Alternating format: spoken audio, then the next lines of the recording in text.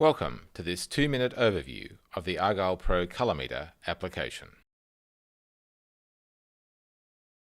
ColorMeter is a quick-to-start mobile application that lets you take accurate colour and light measurements using many popular colour measurement instruments. It's something that is useful in a number of fields. In design, for finding matching colours, checking for adequate visual contrast,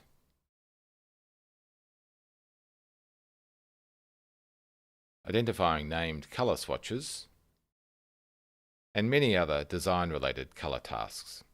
For lighting, in measuring lighting intensity, colour temperature, and lighting quality.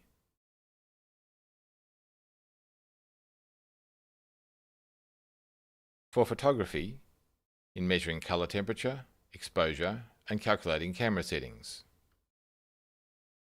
For quality checks and fault finding in printing,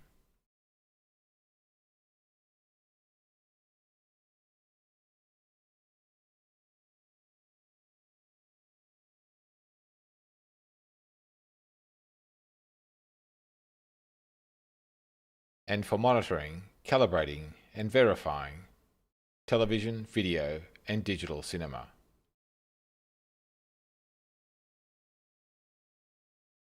It is highly configurable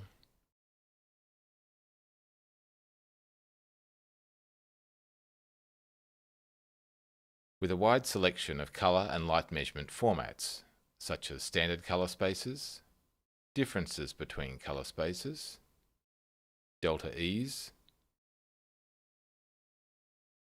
printing densities, photographic readouts,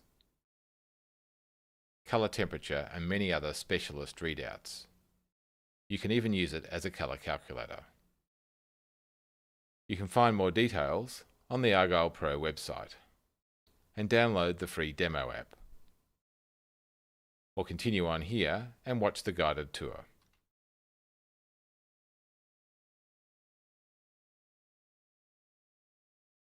Welcome to this tour of the ArgyllPRO ColorMeter application. ColorMeter is a mobile application that lets you take accurate colour and light measurements using many popular colour measurement instruments, something that is useful in design, lighting, photography, printing, television, and video. Since we need a USB host connection, ColorMeter is an Android-based application that uses USB on the go. Using a mobile platform makes it instantly accessible and very convenient for use in the field and on the move. The ColorMonkey is a versatile and relatively affordable spectrometer, but I'll also demonstrate ColorMeter working with some other instruments later on as well. To connect the instrument, we need a USB on-the-go adapter lead. ColorMeter should start as soon as you plug the instrument in, but you can always start it like any other Android application. Let's make some reflection measurements and look at what the default measurement readouts show us.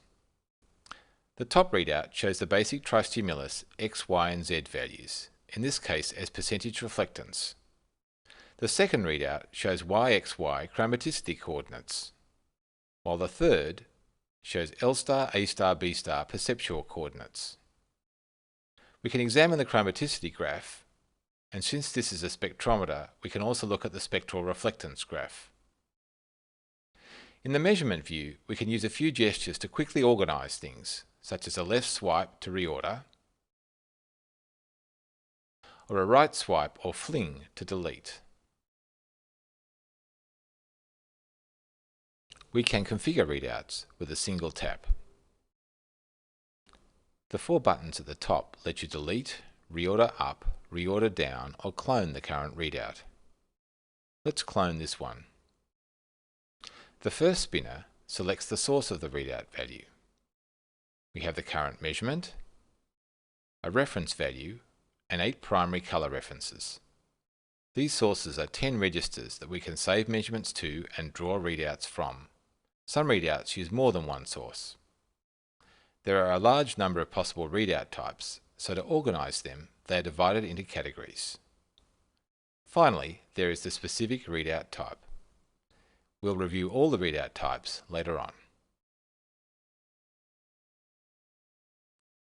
As well as showing one of the source values, a readout can also be used to set a value by double tapping it. This can be useful for using ColorMeter as a color calculator to convert between different color spaces, but importantly, it is also a way of specifying a reference value.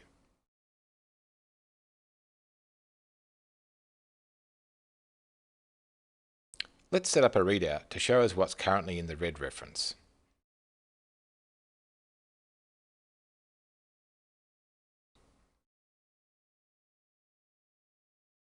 Nothing in there at the moment. Let's measure red, then use this button to save the measurement to the red primary register. The button automatically chooses the most likely colour, but if its guess is wrong, we can select the correct register ourselves. The main measurement reference register operates in a similar fashion. Let's see what's currently in it. No value currently. Let's measure a reference value and save it to the reference register using this button. So ColorMeter comes with some preset configurations to get you started with various colour and light measurement tasks. You can also modify these configurations as you want. Let's look at the first one. This is intended to let designers and graphic artists compare colours and check contrast. Let's use it to locate a matching paint colour to a paper reference sample. So we'll measure this light blue here and set it as our reference. Now let's find the closest matching colour in this paint colour catalogue. You can see this first one is much lighter and has a large delta E of 26. Let's try the next one. Delta E of 25. Delta E of 16. Getting closer, delta E of 4. Delta E of 8, getting worse. Delta E of 25. So the closest one we found is this one here.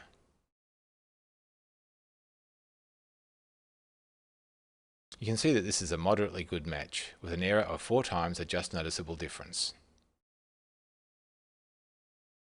Now let's check a contrast ratio. If we're trying to locate a text colour that gives a good readable contrast, we will want to check that our desired colour meets the W3 recommendations of a minimum of 1 to 4.5 contrast ratio. Let's use the paper white as our background reference. And then check various colours to see what their visual contrast ratio is. This is 1 to 7.39. That would be quite good since it's a lot greater than 4.5. 1 to 4.3, that might be just acceptable. A darker red, 1 to 5.6, yes, that easily meets our criteria. Yellow, 1 to 1, that would be very hard to read. 1 to 4.13, that might be just acceptable if the text is not too small. 1 to 3.2, not really good enough unless we assume everyone has perfect vision. And this light grey is predictably not good enough. We can also check contrast ratios on emissive devices such as displays. Let's switch over to emissive mode and measure first the white of the screen.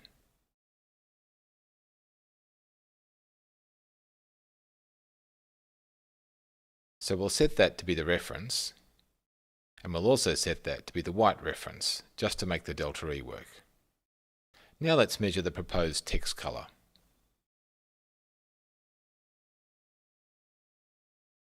As you can see, it has a visual contrast ratio of 1 to 6.6, so that would be perfectly adequate contrast for text.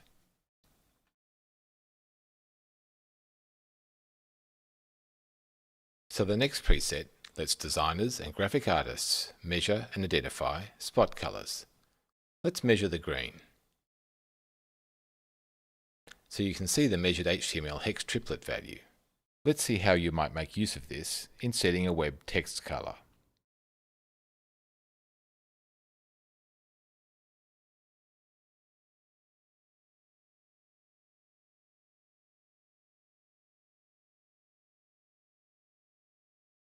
We can also see that the closest W3C palette colour is sea green. This palette and the 24 colours of the Macbeth colour checker come with ColorMeter. You can download additional palettes in CXF or ICC format. If you bought an X-Rite instrument, it may have come with a copy of the Pantone Color Manager application, which makes additional popular palettes available to you. You can also buy a copy of Color Manager from Pantone. To download the palettes, run Color Manager, choose the palette you want to download, and then save it in CXF format. Connect your Android device and copy the palettes to the download folder.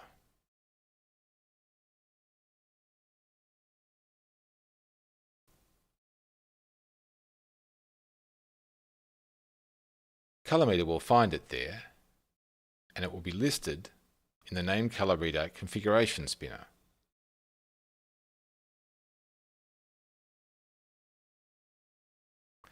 So the closest Pantone Go colour is 114-1-6C. Let's check that.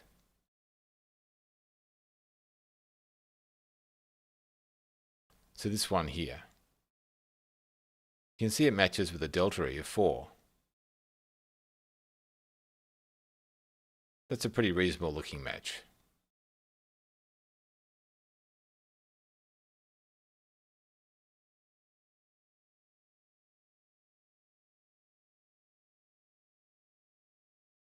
This next preset is intended for the measurement of lighting, something that is of particular interest with the recent introduction of many LED-based light sources.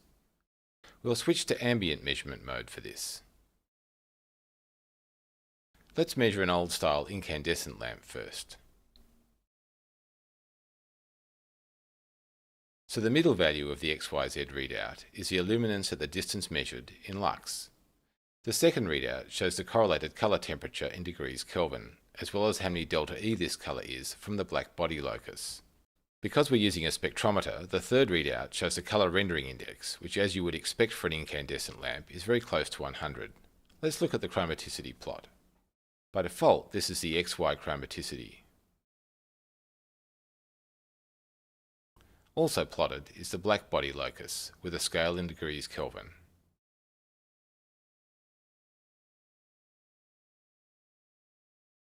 We can change the view to a U-V- chromaticity graph, which is a more perceptually uniform space. We can also switch to the daylight locus, as well as plotting the visually closest colour temperature rather than the less accurate correlated colour temperature.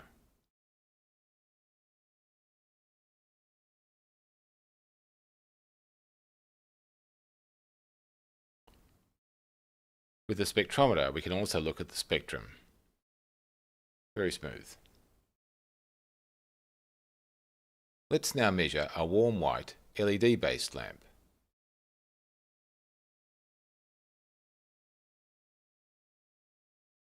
At the distance I measured it, we can see that this lamp is brighter than the 1500 lux of the incandescent lamp, and that it has a colour temperature similar to, but slightly higher as well, but that the CRI is noticeably lower. Let's look at the chromaticity plot.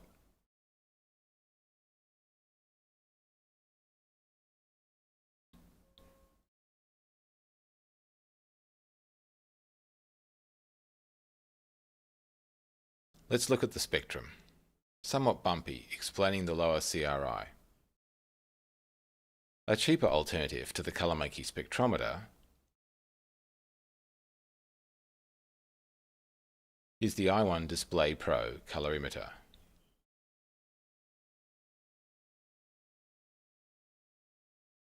It's capable of measuring the colour temperature and illuminance with good accuracy, but is incapable of measuring the colour rendering index. Let's measure our LED lamp once again. So you can see that it returns a consistent colour temperature value to that from the spectrometer, although the illuminance value is different due to not matching the measurement distance in this case.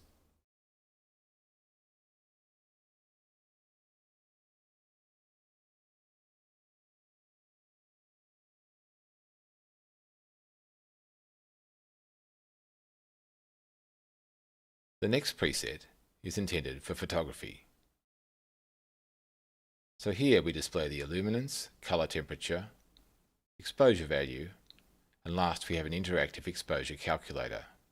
We use ambient mode to measure the incident light on our subject.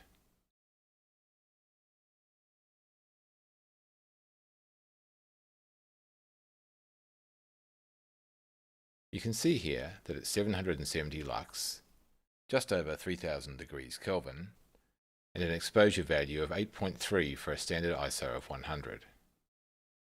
The calculator lets us trade off the aperture and shutter speeds. Let's set an ISO. Change our aperture and check the shutter. Or vice versa.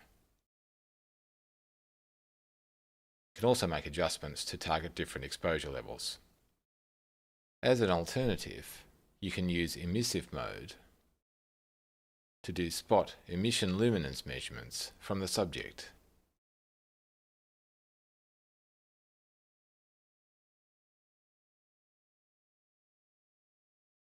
Instruments like the ColorMonkey and i1-Pro spectrometer are also capable of flash measurement.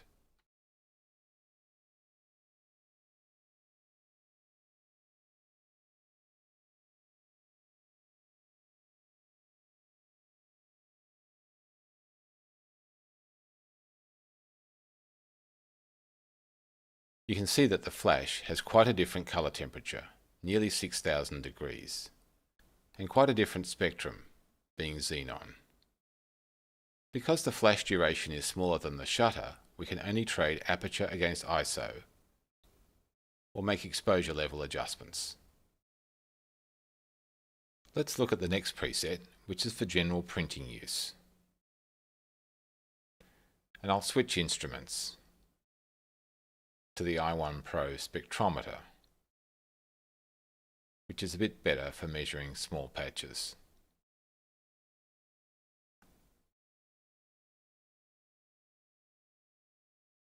I'll measure the media white first to check things are working.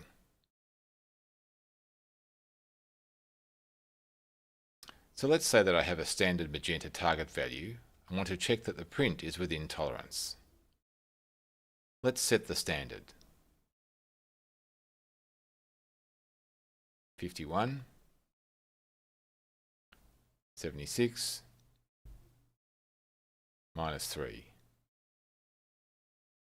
and measure the magenta patch.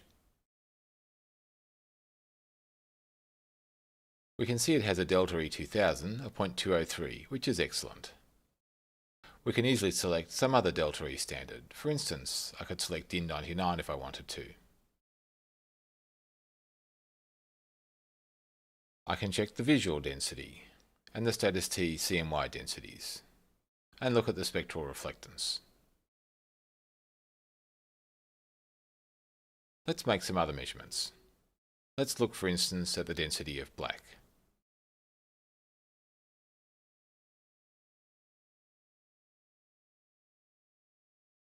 You can see here 1.59, 1.59, 1.62 CMY densities, and a visual density of 1.59. And just save that. Let's check the density of yellow. See low density of CM and 0.8 density of yellow, which is pretty typical. Let's go around all the primaries and secondaries.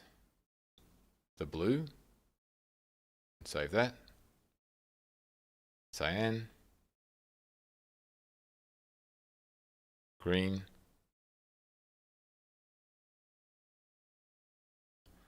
yellow, red, and magenta. If we pull up the chromaticity graph, show the primaries, turn off the locus, we can see the gambit of the particular printing process here graphically.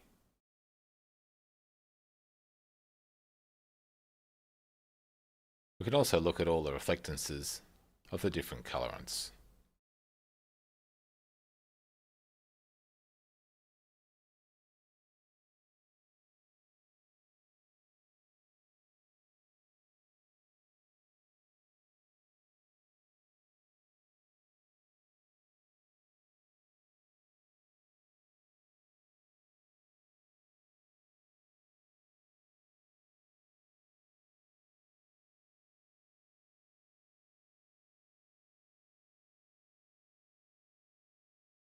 This last preset is a more complicated one, which is aimed at adjusting a TV or video display by measuring and correcting test patches.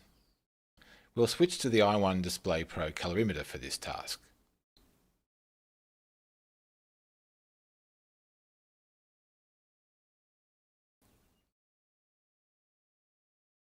The first thing we do with the colorimeter is select the right display type.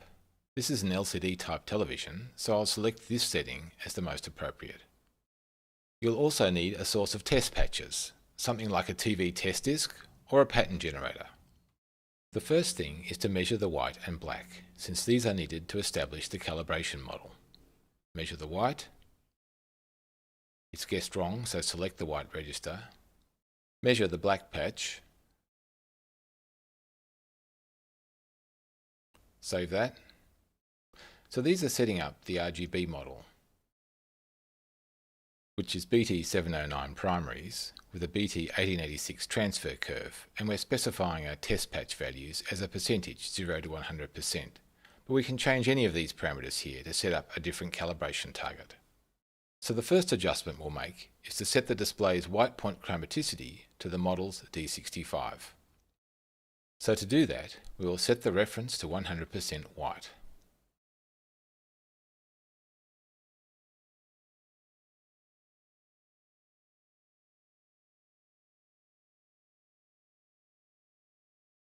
And because we just want to change the chromaticity and not the luminance, we'll change the RGB adjust readout to be the RGB chromaticity adjust readout.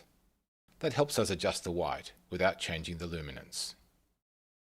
We're going to be doing interactive adjustments, so we'll change measurement to be continuous mode. Let's put up the white test patch and start measurement. Here we are looking at the initial situation. We need to reduce the blue since we have a delta E of about 20 from the target chromaticity. So let's see what sort of adjustments this set has.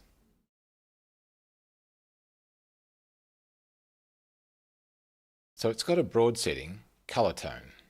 Let's try the next one of those, cool 1.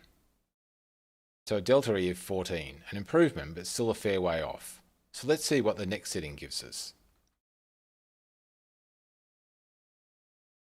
Normal gives us a delta E of about 4, which is getting about as close as we can expect from these broad settings. So let's see if there is a more detailed white point adjustment.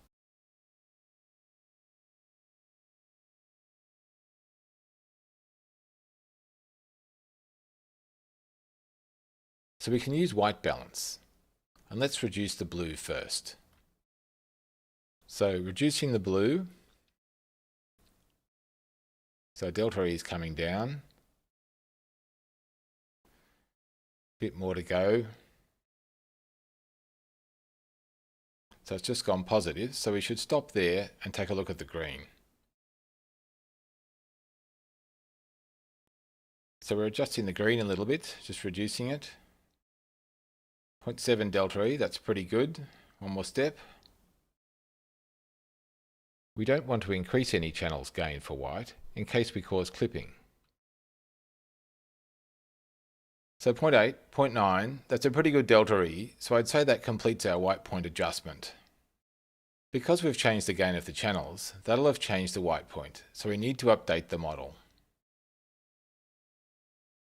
So save the white, and measure the black, and save it. So now let's do an adjustment of the tone reproduction curve by changing the gamma. We'll use a 50% grey test patch and update the reference value to correspond.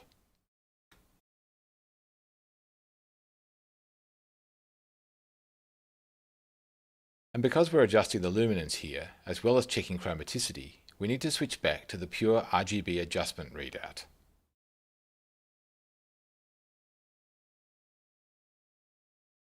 Let's start the measurements. We can see a delta E of about 7, and mostly things need to be reduced. Let's see what adjustments we've got. So we've got a gamma control, and we'll start at +3. So that gives us a delta E of about 7. Let's reduce the gamma. Delta E of 5. Reduce it again. Delta E of 3. Again, delta E of about 0.5, 0.6. If we go to the next step, it goes up to 2.8. So -1 is the right setting. So let's leave it there. There are lots of other controls on a television, so by putting in different test patches and looking at the effect of each type of control, we can hopefully make the set conform to the particular target model we've configured in the reference readout. So let's move on and look at some of the other aspects of ColorMeter.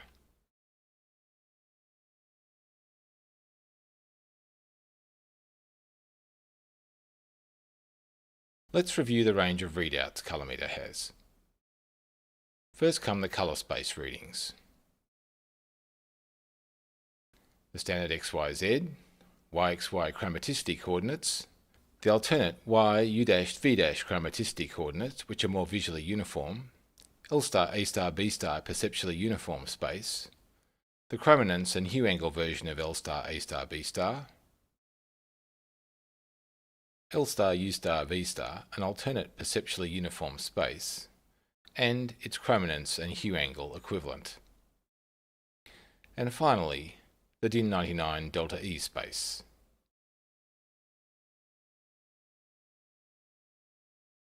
Next, there is the per component difference versions of exactly the same spaces. So instead of the readings, there are the differences between each of the three components of the source and the reference value. Then come the delta E readings. Delta E 76, which is the straight Euclidean distance between the source and reference L star, A star, B star values, the more refined delta E 94, delta E 94 textile version, the most recent and refined delta E 2000, two versions of the CMC delta E and the DIN 99 delta E measure. Then come density readouts.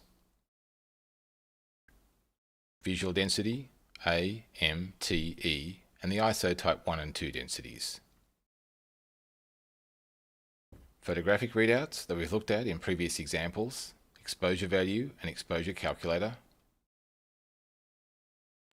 and then everything else.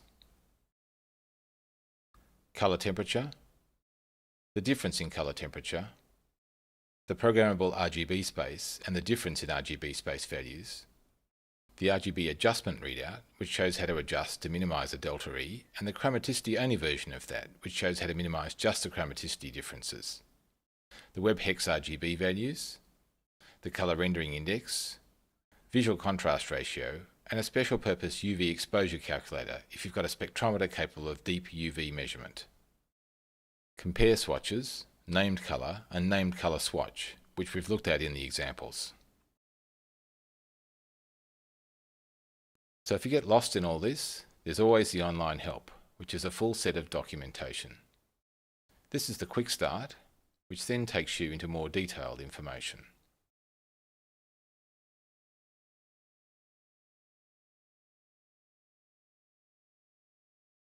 When you're in a particular dialogue, there's always online help specific to that dialogue.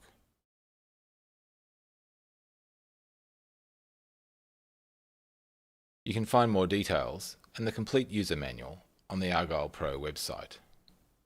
The demo app is free, so you can try it out for yourself, as well as making sure that your Android device and instrument will work together. Remember to fill in the feedback survey in the demo, so that we can get a better idea of what you thought of it. There's also advice on the website on choosing a suitable Android tablet or phone and color instrument if you are starting from scratch. Thanks for watching.